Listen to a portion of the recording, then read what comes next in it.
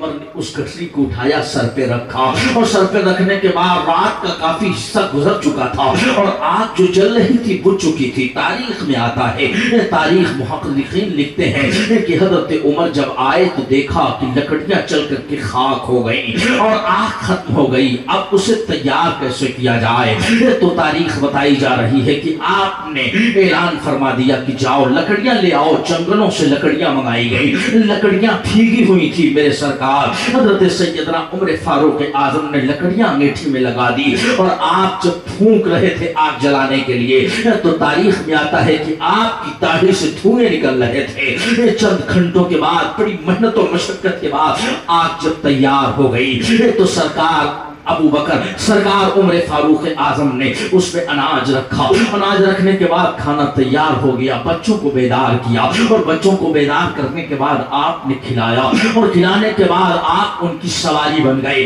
اور سواری بننے کے بعد بچوں کو اپنی پیٹھ پر بٹھا لیا اور بٹھانے کے بعد کہا اے بچوں اب تو مسکرا دو، اے بچوں اب تو ہنس دو۔ بچوں نے جب اتنی محبت دیکھی تو مسکرا اٹھے، مگر ابھی آپ نے یہ نہیں بتایا ہے کہ میں ہی عمر ہوں۔ ابھی وہ خاتون بات ہی کر رہی تھی کہ کاش یہاں کا خلیفہ اگر ایسا ہوتا